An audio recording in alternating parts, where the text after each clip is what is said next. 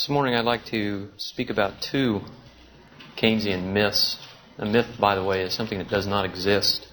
One is the Phillips curve, and the second is the multiplier. Phillips curve, of course, is the alleged trade-off between inflation and unemployment, and the corollary proposition that the government must tailor fiscal and monetary policy to this trade-off. It's entirely based upon empirical evidence. A graduate school professor of mine used to enjoy calling the Phillips curve fact in search of a theory. I prefer Professor Rothbard's characterization. In the Free Market Reader recently, he calls it perhaps the greatest single most absurd error in modern economics.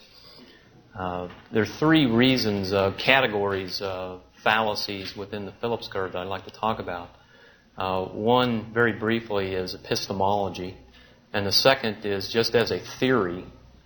And lastly, as an empirical observation. Epistemologically, of course, facts cannot give us economic knowledge. Facts do not search theory. Quite the opposite. Mises has told us that theory is necessary to give meaning to facts. This is true for two reasons. One is the fundamental axiom of economics that human action exists. It is from that foundation, which, by the way, is irrefutable because any attempt to refute it is, in fact, action. It is from that beginning point that a process of deduction, the praxeological procedure, can give us economic knowledge. We can deduce true implications from a true premise. These conclusions that we derive, furthermore, are universally true. They cannot be refuted by any kind of evidence. It would be attempt to refute it in an empirical fashion would be similar to trying to attempt to refute the proposition that a ball cannot be both red and non-red all over simultaneously by testing that out in different locations, seeing if that were true in Chicago, and whether it were true in 1950 as well as 1989. The second reason, in epistemological sense, that facts cannot give us economic theory is that the facts that are created by human action are what Mises called complex. They are not statistical facts. The data that it forms inflation figures and unemployment numbers is formed in a complex, non-statistical fashion, and I'll talk about this in more detail later, but it's unsuitable information for empirical work. In fact, even the positivists recognize the truth in this epistemological procedure of praxeology. They teach in their classes daily laws of economics and economic conclusions that are falsified. The law of demand, the law of supply, these things are mental constructs. They all understand that, and they all teach those things, and they all say that those are economic principles. But they are not falsifiable. They're not empirically verified. To turn to the theory of the Phillips curve, all authors who have attempted to provide theory to explain the fact of the Phillips curve have presented it as a theory of the labor market. I don't intend to repeat Professor Hoppy's praxeological explanation of how the labor market operates, but I would like to state just two things that must necessarily be incorporated into any theory of either the labor market or any market for that matter. And these are principal to the rest of the discussion about theory. One is that theoretically all propositions must be linked in some fashion to the existence of human action. That, I think, is the foundation of the criticism, the Austrian criticism, of all non-Austrian schools of thought. That if you cannot demonstrate how these principles are connected, or consistent at least, with human action and the existence of human action, then they can be shown false, or at least inconsistent. Second point theoretically is that when any proposition is made about market phenomena, it needs to be kept in mind that the market is just a shorthand term economists use for voluntary exchange. And voluntary exchange, on the other hand, is just a form of action that people engage in order to accomplish their end. To say that in more traditional language, market phenomena is always the phenomena of cooperation and coordination.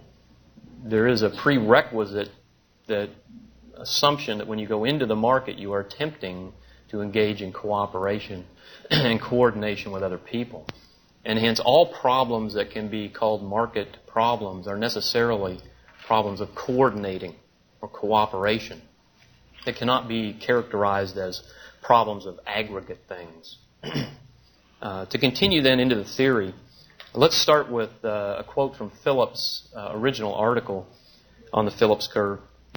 He says this: "When the demand for a commodity or service is high relative to the supply of it, we expect the price to rise, the rate of rise being greater, the greater the excess demand."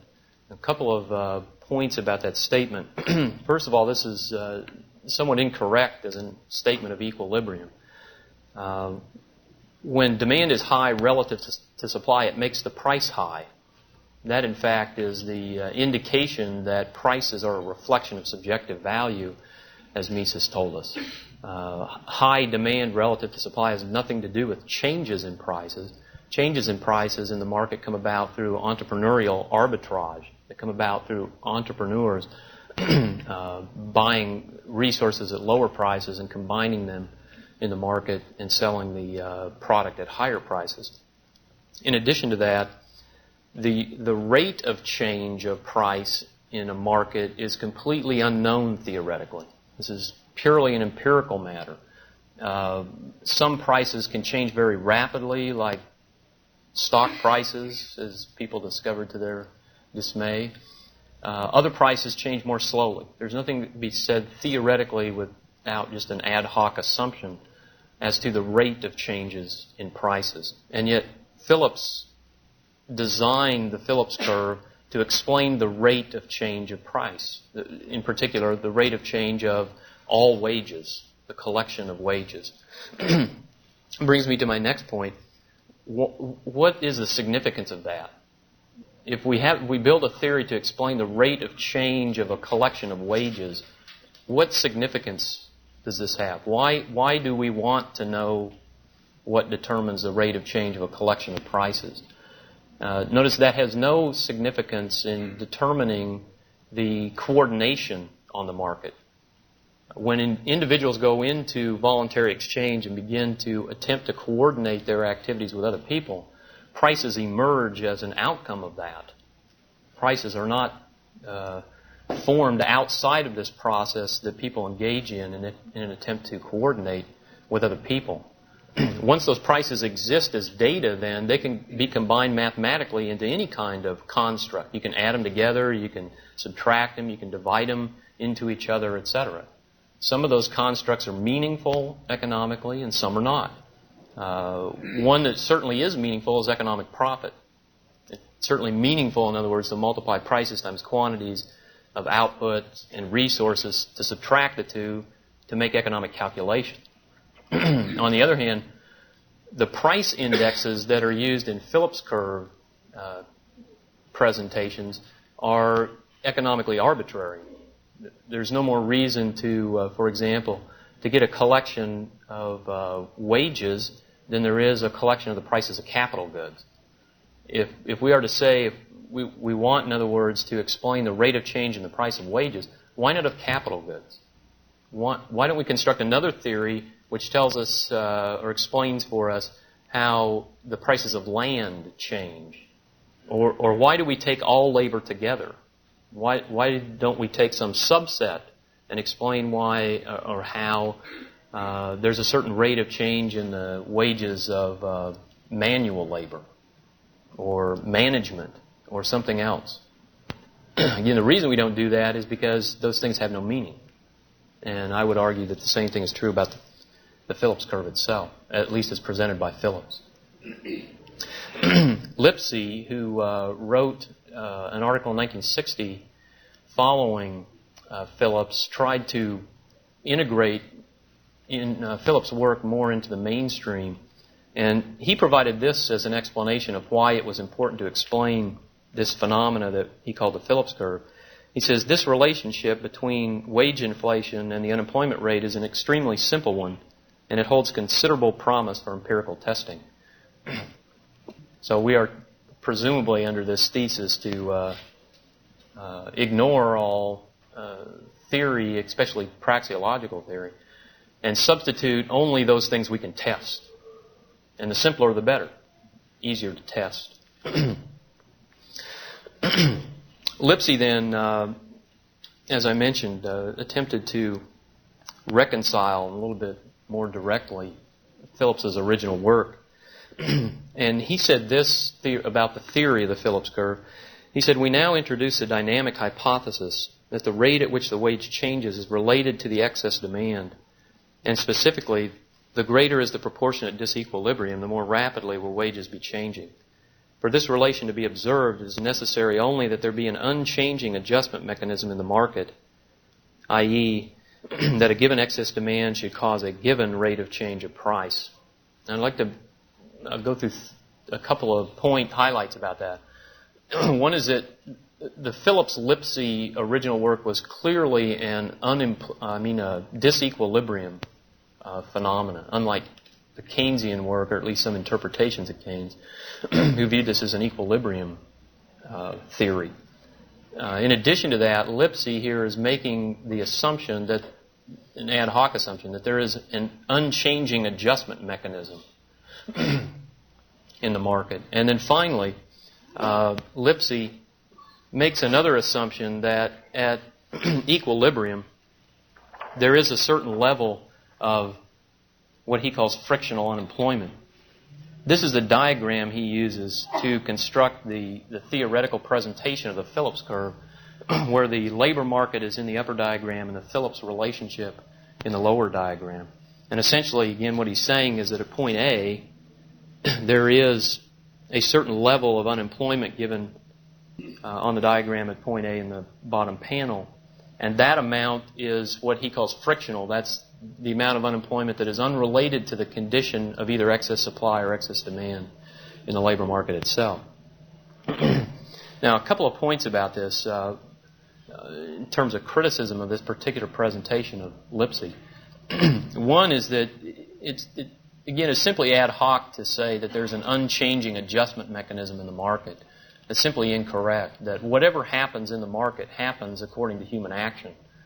Individuals bring about these adjustments, and there must be some explanation of how individuals do this. And again, the explanation is entrepreneurial arbitrage based upon economic calculation. That there is an adjustment mechanism, so to speak, in the market, and there is also the underlying desire to be adjusted, that is, for coordination to come about on the market. Another thing, and Professor Hoppe has pointed this out already, and this is here simply a theoretical point, the theory of equilibrium is one of what I call perfect coordination. There is no such thing as either excess demand or excess supply at equilibrium. This is the way we teach equilibrium analysis as economists, of course. We say at wages higher than the equilibrium wage, like W0, there's excess supply. There's discoordination in the market. At wages down here, like W1, there's excess demand. But at the equilibrium wage, there's none of these things. There's perfect coordination. Now, Lipsy, again, what he's saying is that we need to, I guess, redefine equilibrium so that at point A, equilibrium on the diagram, we actually have discoordination. We have unemployment. He calls it, again, frictional. But the equilibrium construct is not designed that way. Equilibrium means perfect coordination. Again, Professor Hoppe has discussed that in more detail. Notice if we make the assumption then that we're going to stick with that definition of equilibrium, that at point A we have perfect coordination, then the actual Phillips curve would look like this. We'd have to extend the horizontal axis and write negative unemployment on this axis to the left of 0. And the Phillips curve would actually run down through this point where this would be point A. This would be an area of excess, excess demand on the market. This an area of excess supply. And again, that's not exactly what Phillips had in mind. In other words, that is not the traditional Phillips trade-off. There is no trade-off there. But let's just continue to go along with Phillips' definition and say, okay, frictional unemployment does exist at point A. Then what can we say about, theoretically, within the framework of equilibrium as we understand it and teach it as economists, about the Phillips relationship? Notice, again, we'll grant Phillips' point that at point A we have some positive amount of unemployment. We'll call it frictional. Now, as the wage rate increases above that level, these individuals that are brought into the market at higher wages like W0, that are induced into the market, are all unemployed. The level of employment is given along by these points on the demand curve. That's the actual amount of employment in the market. So one for one, as individuals enter this market at higher wages to try to find jobs, they are unemployed. Notice that infers that the unemployment rate is increasing from the frictional level. And so we do have this section of the Phillips curve that Phillips draws downward to the right, because at this point the wage, in order to adjust to equilibrium, would have to fall. We have a negative wage inflation, and at the same time we have greater rates of unemployment because each additional individual brought into the market is unemployed. So the unemployment rate must go up. In other words, the labor force is increasing one for one with the number of unemployed. But what happens when we move back down the supply relationship? When we reach point A again, if we're moving back down this way, when we reach point A, we have a frictional level of unemployment. Now, as we move to wages below that, what must necessarily be true about the individuals who are now dropping out of the labor force? If we start with a frictional amount of unemployment at point A, these individuals, as the wage falls and we move to these points on the supply curve, what can we say about the individuals who were employed at point A as opposed to the number of individuals employed back at the wage W1? Well, notice those individuals, unless we are willing to make some other assumption about frictional unemployment, those individuals must have been employed at point A. If there's a given amount of frictional unemployment and no other type of unemployment, then as people drop out of the labor force as the wage goes down, they're taking leisure now instead of work, those individuals were employed. And so the amount of frictional unemployment is the same while the labor force is shrinking. Notice that would make the Phillips curve do this, which again is not the traditional trade-off, right? In other words, inflation and unemployment would increase together under that scenario. And Phillips provides no mechanism by which the frictional amount of unemployment decreases as the extent of excess demand grows. That is, as we move to lower wages on the diagram.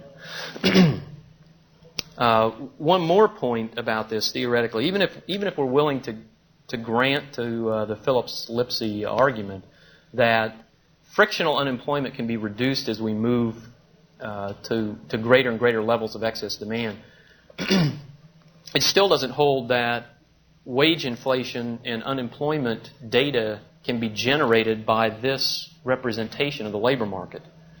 The reason is because the rate of wage inflation is what we might call a flow variable. It is only measured over some period of time, whereas the unemployment rate is a stock variable measured at a point in time. And notice on the diagram, we cannot create both wage inflation and a given level of unemployment simultaneously.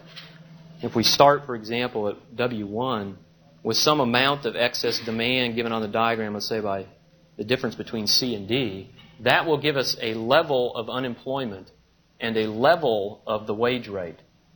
Now, if we assume, in order to generate, we must assume that the wage is going to change, it's going to increase, so that the wage is going to increase back to the equilibrium level, then that change in the wage will generate wage inflation. But notice, it also generates a change in the rate of unemployment. as we move from a wage of W1 at point C and D back to point A, we have less unemployment. So the only thing the theory can generate are either levels of the wage and levels of unemployment, or changes in the wage and changes in unemployment.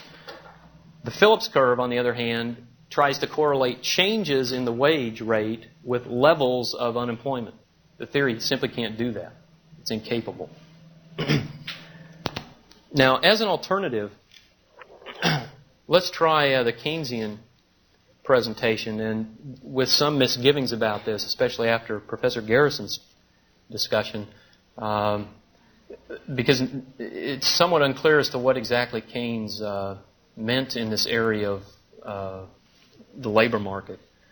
I like the quote, I believe, by James Tobin out of Seymour Harris's book, The New Economics, where he says it's impossible to find a representation of Keynes's work that is both comprehensible and true to the original. Anyway, it seems that Keynes had something like this in mind. First of all, he seems to imply that this is an equilibrium theory, that his theory of employment is an equilibrium one. He says the volume of employment is given by the point of intersection between the aggregate demand function and the aggregate supply function. That traditionally is what we call equilibrium. In addition, employment depends upon aggregate demand in the Keynesian view. Again, quoting from Keynes, he says, the object of the employment function is to relate the amount of effective demand with the amount of employment. And finally, again, with some misgivings about this, Keynes seems to imply, and most of his followers embodied this idea, that money wages do not readily adjust downward.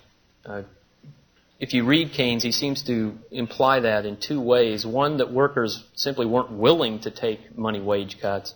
He says, while workers will usually resist a reduction of money wages, it is not their practice to withdraw their labor whenever there is a rise in the price of wage goods. He also thought that workers may be unable to lower the money wage. He says again, except in a socialized community where wage policy is settled by decree, there is no means of securing uniform wage reduction for every class of labor.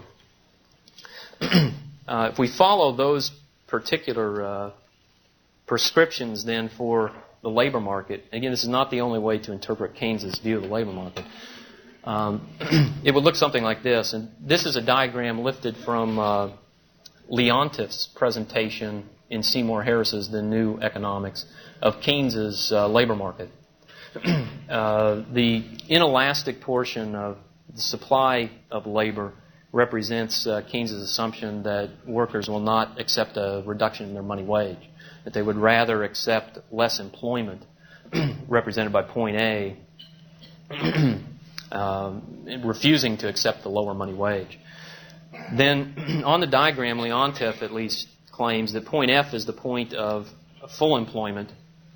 Any aggregate demand, then, that would leave demand for labor short of full employment would result in a level of involuntary unemployment as the difference between point A and point F.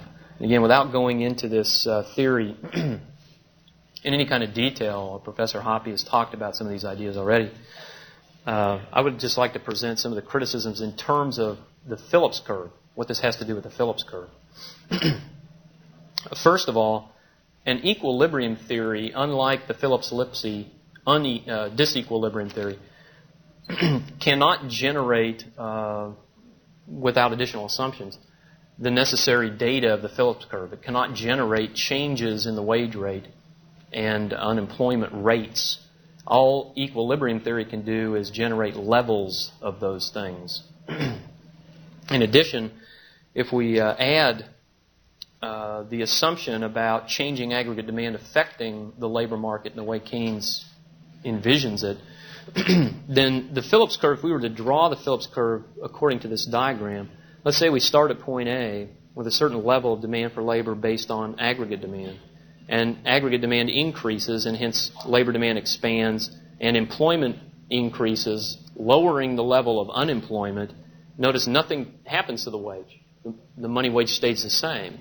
So we don't get no trade-off here at all. In fact, all we would get if we were to draw it would be the horizontal axis of the diagram. That is to say, this would be a wage inflation of 0, would be consistent with various levels of unemployment as we move along the inelastic section of labor supply. Then when we reach point F, if demand were to be increased beyond point F by an increase in aggregate demand, it's somewhat uncertain as to what happens in this case. But if by full employment, Keynes means nobody else can be employed, and again, it's not clear that that's what he meant, then the rest of the Phillips diagram would just be a vertical line with wage inflation on the vertical axis, because nothing would happen to the unemployment rate as the wage was driven up past point F. Again, there may be some other interpretations of Keynes, but again, the diagram provided by Leontief cannot give us the Phillips relationship. And of course, in a more general way, the Phillips trade-off was a great setback for the Keynesians. They didn't want a trade-off. Keynes and Hansen, some of the other earlier Keynesians, believed that you could just increase aggregate demand right up to the point of full employment with no inflation. There was no inflation trade-off. If you went beyond that point, Keynes said prices would rise without limit. That is, it was like a light switch. There was no trade-off. It was just either all unemployment or all inflation. Now, one other point to make, and I don't want to dwell on this for any length of time because it doesn't have much to do with the Keynesian myth, but neoclassical economists and others that have been talked about have attempted also to provide theories to explain the Phillips curve, and as I'll go into in a minute, that effort has all been wasted because there is no Phillips curve.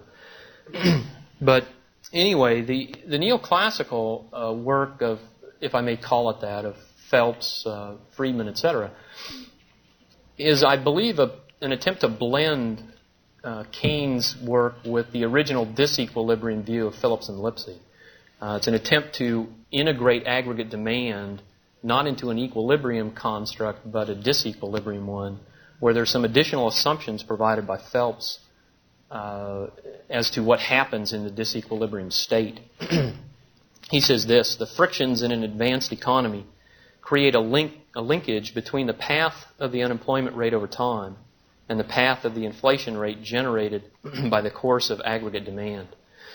These frictions then in turn stem from faulty information, bad information, and are modeled in this work by search theories of the labor market and certain assumptions about how individuals adapt to this uncertainty that they face in the market. Just a couple of points about this, again, without going into detail. The adaptive expectation assumption is completely arbitrary, just like all other ad hoc assumptions about labor market adjustments or adjustments in any other market. Adjustments come about through human action. They come about through entrepreneurial arbitrage based upon people's calculation of profit. Doesn't further our knowledge about how the real world works to simply assume that it works a particular way, and especially a mechanistic way. In addition to that, it doesn't advance our knowledge very much either for the neoclassical economists to replace the homo economicus of classical economics with the homo ignoramus of neoclassical economics. Ludwig von Mises told us a long time ago that the correct view is homo agena, that man is the acting animal. That's the correct representation. Also, it has always seemed somewhat paradoxical to me that the Keynesian view of this Phillips curve literature has aggregate demand determining optimal employment. Aggregate demand for products determines full employment or optimal employment, whereas the Phelps-Friedman literature, which focuses on adjustments in the labor market, is supposed to tell us about optimal inflation. It would seem it would be the other way around, that aggregate demand would be more closely linked with inflation and adjustments in the labor market more closely linked with employment and unemployment. Final point, theoretically, and not to go into any detail, but whatever link there is theoretically between inflation, price inflation, and the unemployment rate can be completely explained, or is at least completely consistent with the Misesian theory of the business cycle. There isn't any need to go beyond that.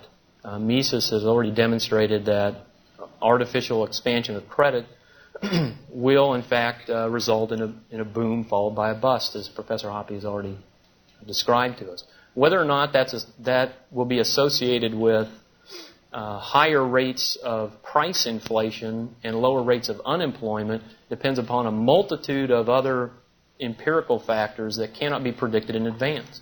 Sometimes that will happen, sometimes it will not. There again is no way to know that in advance of the complex of human action that occurs that generates these prices and these unemployment figures. Secondly, I'd like to discuss, in terms of the Phillips curve, the data of the Phillips curve itself. And then we'll talk about the actual empirical implementation or use of this data. First of all, in terms of problems with this data, and this I think is somewhat of an underappreciated problem, this data is produced by government bureaucrats. And that ought to take us aback a little bit. We know that government production processes are inefficient. Why do we have this great faith that the numbers they generate of unemployment, inflation, etc., are written in stone? Where does this faith come from? It would be certainly more than ironic if sometime in the future it was revealed that all these numbers were just made up, just invented. I mean, economists have spent their whole careers trying to explain the Phillips curve, when the Phillips curve may be nothing more than just a bunch of bureaucrats in a back room generating random numbers. I remember again in graduate school, it sounds a little far-fetched, but again in graduate school, Oklahoma State brought in a speaker who used to be sort of a middle-level bureaucrat in the Bureau of Labor Statistics. And he used to be involved in the calculation of the unemployment rate. And he told us, presumably never thinking that anyone would ever repeat this, that he was wrong. That sometimes when they go through the calculation, they get the surveys back and they crunch out the numbers, that the numbers would come out wild. You get an unemployment rate of 25%, when it had been 7 or 6. And he said when those things were sent on to the top muck-mucks, the unemployment rate would be published at 7.5. And they used to have a joke apparently about this in his circles. They called this invoking the omega factor.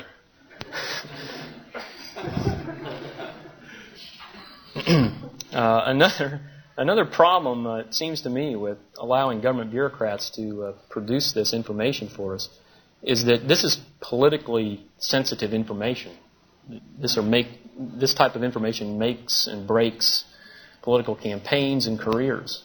And it's certainly not beyond the realm of possibility that it would be deliberately manipulated for political gain. And again, the Reagan administration's manipulation of the CPI is a pretty good example of that.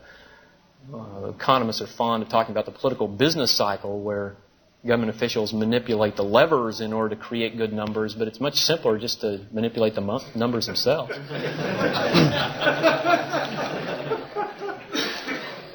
Second data problem is that this data is aggregated.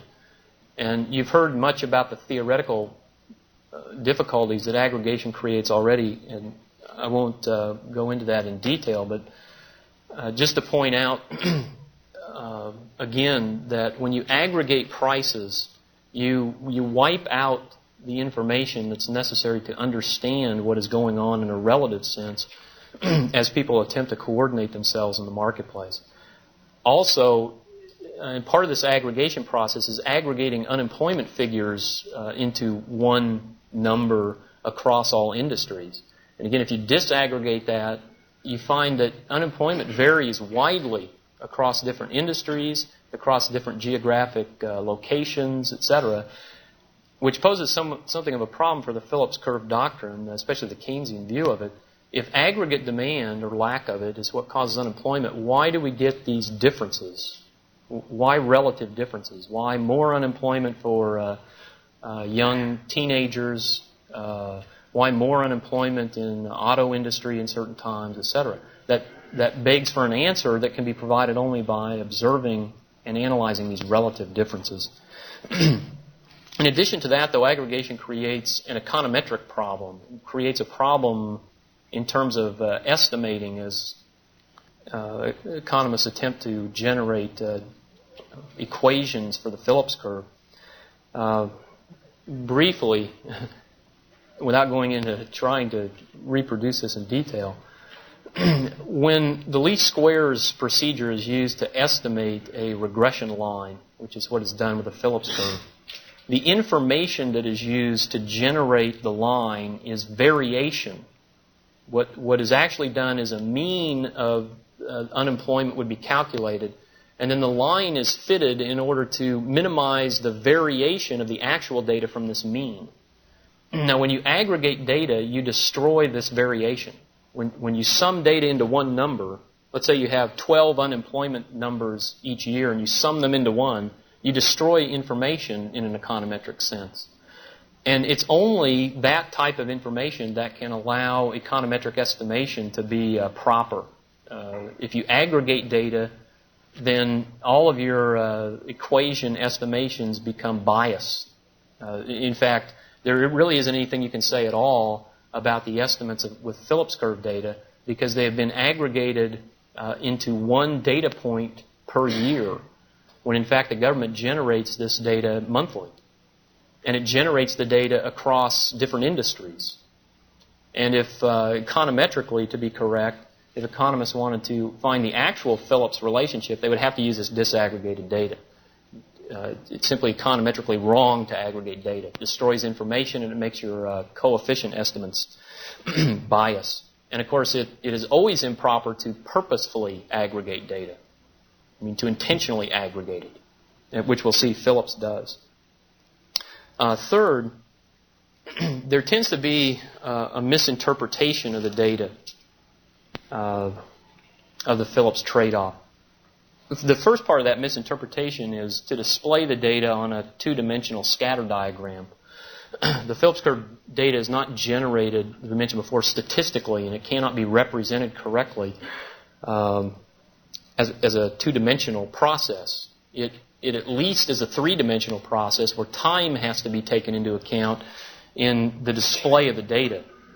This is a reproduction of the Phillips curve that I took from Phillips curve points that I took from the Economic Report of the President, the 1988 edition of the Economic Report of the President. Now, the point here isn't to necessarily find the Phillips curve in all the points, but you should notice, by the way, that you can't readily do that. I mean, you can find all sorts of shapes in here if you look for them. But the point is here simply that the Phillips curve is falsified. This proposition that unemployment and inflation move negatively to one another is falsified almost half the time in this 20-year period. For example, 80 to 81, we have a positive relationship. The data, in other words, moves sequentially. And you cannot display it as a two-dimensional diagram. You have to take into account the fact that you move through time from one point to another. And when you do that, sometimes the relationship is positive. Sometimes inflation and unemployment increase together. Sometimes they decrease together. 82, 83 is another example. 83, 84. 84, 85, 85, 86. And you can find numerous other examples where when you move from one year to the next, the relationship is positive. And again, this is simply a misinterpretation of the data to draw a Phillips curve line through here and say that regardless of the sequence of the movement of these data points, we have a negative relationship. In actual fact, almost half the time on this diagram, as you move from one year to the next, it's a positive relationship. Now, there's another point about that is that you cannot predict, even if you were to run an estimation of this and come up with a negative coefficient between inflation and unemployment, you cannot predict from year to year what's going to happen. It doesn't really matter if there's a Phillips relationship in here on an average sense, in an econometric sense. What's important for government policy and what's important in a theoretical sense is, can we know with today's numbers of inflation and unemployment what tomorrow's numbers will be? Can we know if we do certain things that will move from higher inflation and lower unemployment to vice versa? Or will we in fact end up moving to higher inflation and higher unemployment both? And that certainly can't be precluded. In fact, that's somewhat of a normal occurrence as you look at the scatter diagram itself. One other point about misinterpretation of the data, as mentioned before, and just a little bit more detail, these data points are not generated statistically. These data points are generated in a complex set of interactions between hundreds of millions of different individuals. And it's simply a misinterpretation to view this data in a unilateral, simple statistical way. It is neither, as Mises has already pointed out, it is neither repeatable, that is to say, data that is brought about through history is unique. Each data point is generated in a unique sense. Statistical data, of course, must be repeatable, like flipping a coin or things of that type. It is also not random. This data is generated by motivated human beings who are attempting to accomplish something. All statistical information is generated randomly. That's a foundation of it. It's also generated, well, at least if you're going to use econometrics, this data must be generated according to a normal curve. The error must be distributed normally.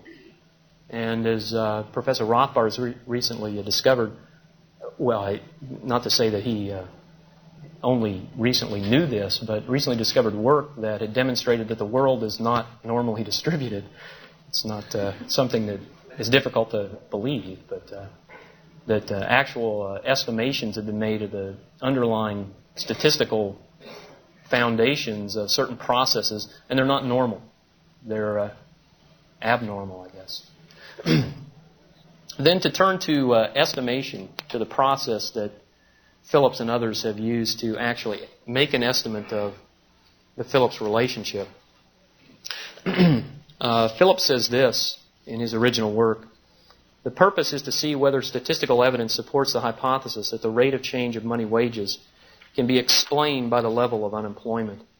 And a couple of points about that, and this is a widespread misconception about econometrics. Econometrics, first of all, can't explain anything. What econometrics does is show how variation in one variable is correlated with variation in another. It provides only correlation, not explanation. Explanation must be provided by economic theory. For example, there may be a very high correlation between the number of dishes washed in a restaurant per day and the total receipts that are received in that restaurant per day.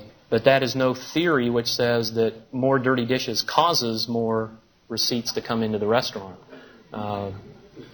Another point about implicit in that statement, econometrics only tells us about variation. It tells us nothing about whether levels of variables move together or whatever. It tells us only when one variable moves, does another one move with it. It cannot tell us anything about if wage inflation is high, is unemployment at a certain level. It simply does not do that. In addition, Phillips goes on to say this, that there's a clear tendency for the rate of change of money wages to be high when unemployment is low and to be low or negative when unemployment is high. This is a reproduction of Phillips' scatter diagram from which he made that statement.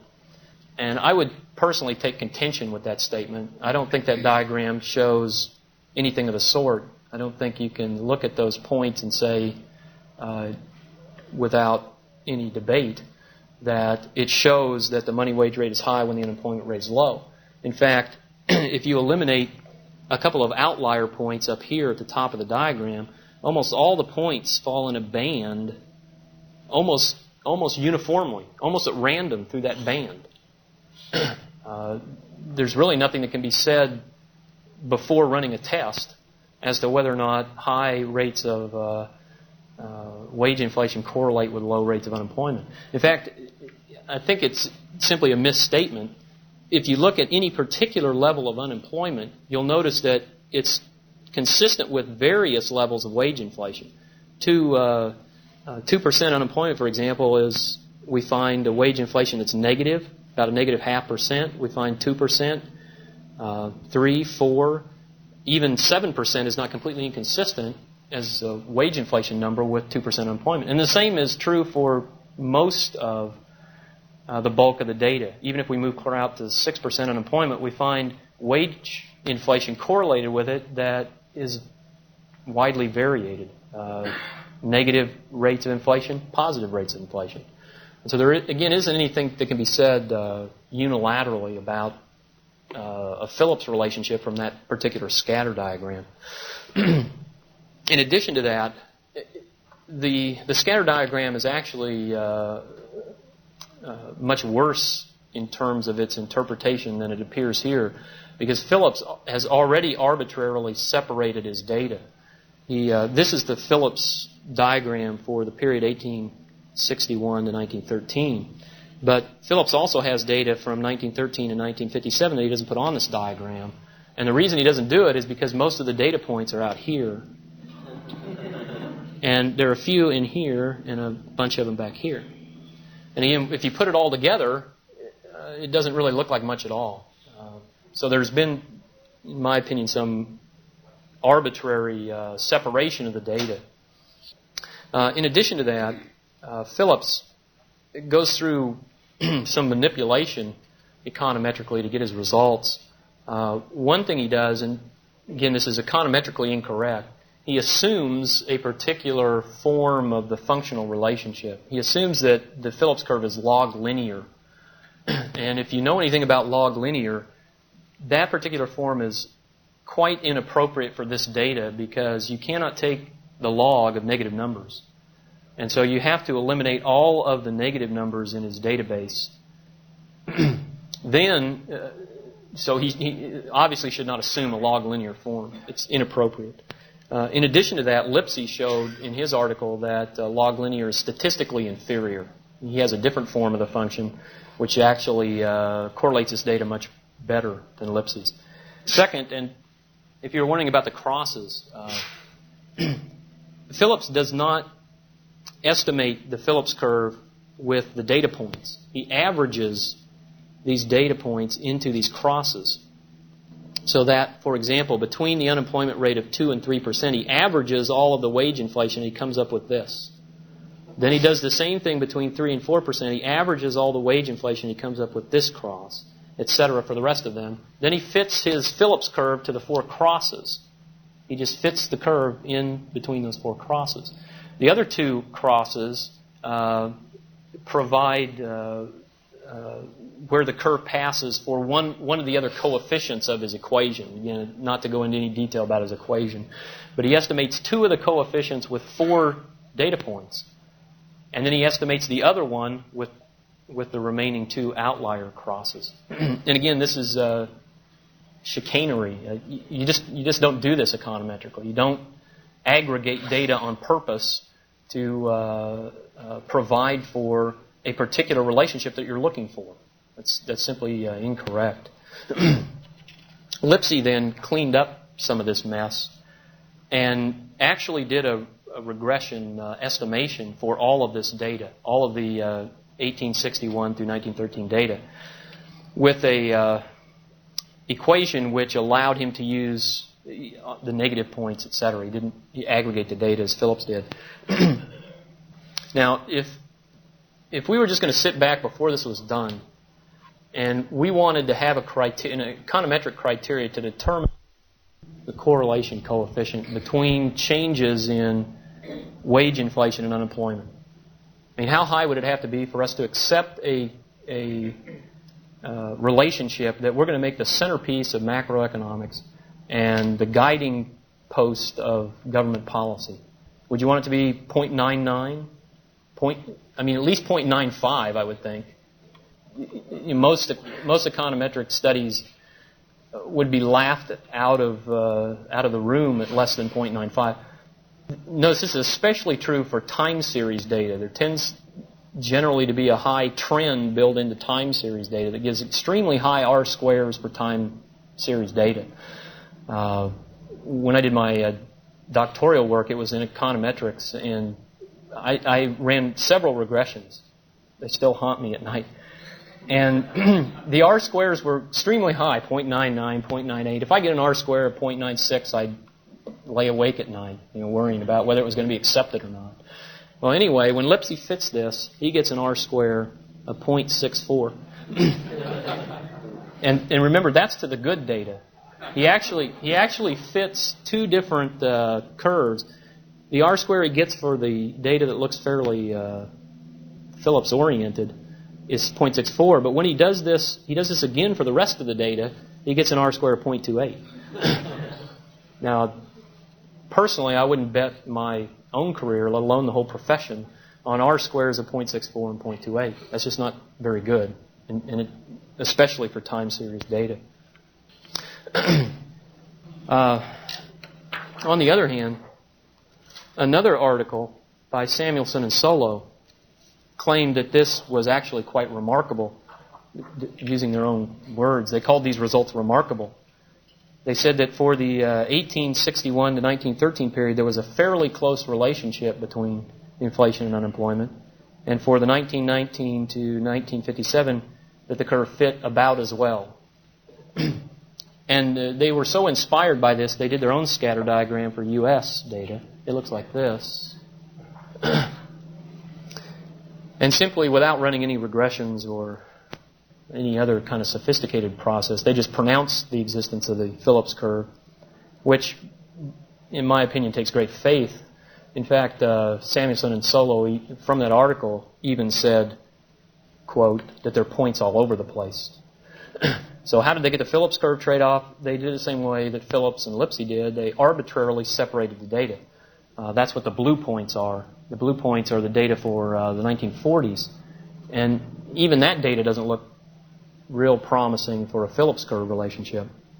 Then again, that's econometrically incorrect. You should just take all the data, lump it together, run your regression, and let the chips fall where they may. One other point of interest about Samuelson and Solo is that this is the beginning of the shifting of the Phillips curve.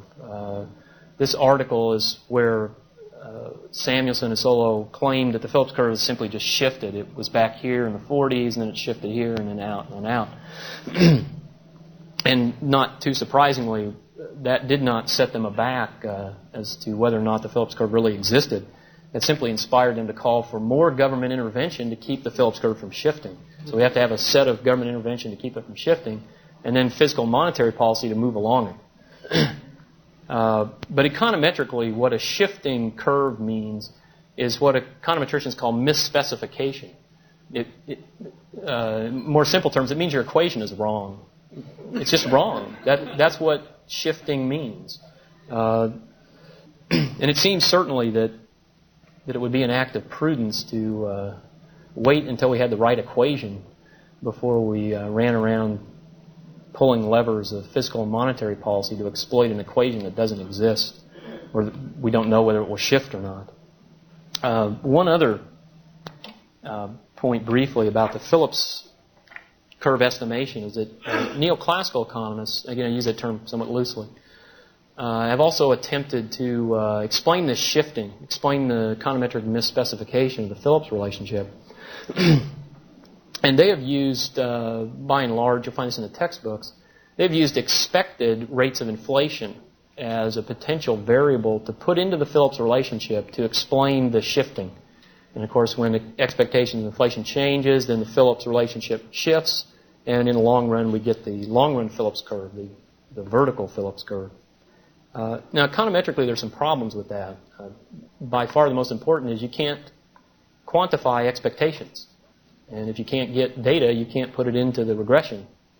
And it doesn't do, of course, to use past values as an expression of expectations. Lipsy even showed in his 1960 article that past values don't tell us much of anything. They're not correlated at all, really, with future values. And hence, again, we're sort of in an econometric block here where we simply, until other variables that can be quantified are identified and put into the equation, simply don't know what to do. We don't have anything. The Phillips curve simply does not exist. And of course, if you were to find all the variables and put it in there, you would probably have all the variables. I mean, it would be everything by the time you got finished. Let me just quote one more thing. This is from the economic report of the president, from the anonymous scribes who wrote that. In their viewpoint of the Phillips curve, they said this, that recent data provide little evidence of a trade-off between inflation and unemployment. The recent experience in other countries also appears to contradict the notion of a stable trade-off between inflation and unemployment. So perhaps even in the mainstream work, the tide is turning on the Phillips curve, but it certainly has never existed, let alone simply disappeared in the 70s and 80s. So just in summary about the Phillips curve, it doesn't exist. Second, it can't be derived from the theory that is provided to explain it.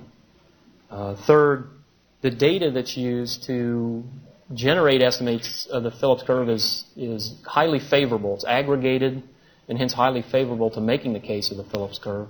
And that data is inappropriate. You should use raw data, not aggregated data. And finally, even with favorable data, estimation does not support the existence of the Phillips curve. R squares of 0.64 and 0.28 are not too large. Now, if I may turn to the multiplier and make some... I will not turn to the multiplier. I'll quit there. Thank you very much.